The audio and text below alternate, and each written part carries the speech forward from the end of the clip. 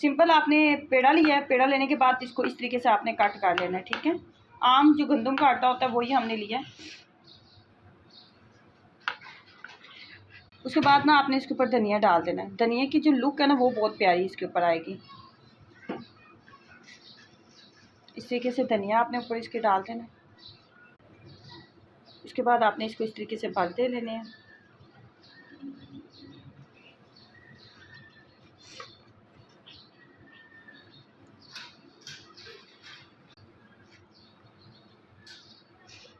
ये देखिए जी हमारा बल वाला पराठा जो तैयार हो चुका है। बस हमने इसके अंदर धनिया लगाया और इससे इसकी लुक बहुत प्यारी हो गया है। अब हम सिंपल तरीके से इसको बना लेंगे। पराठा हमने ऊपर डाल लिया। फ्लेम को लो रखें ताकि पराठा आपका फूला हुआ और क्रिस्पी बने। ये देखें जी, ये इसकी हमारा पराठा जो तैयार हो चुका है। बिल्कुल ऐसा ही पराठा है जैसे बिल्कुल बाजार जैसा क्रिस्पी एकदम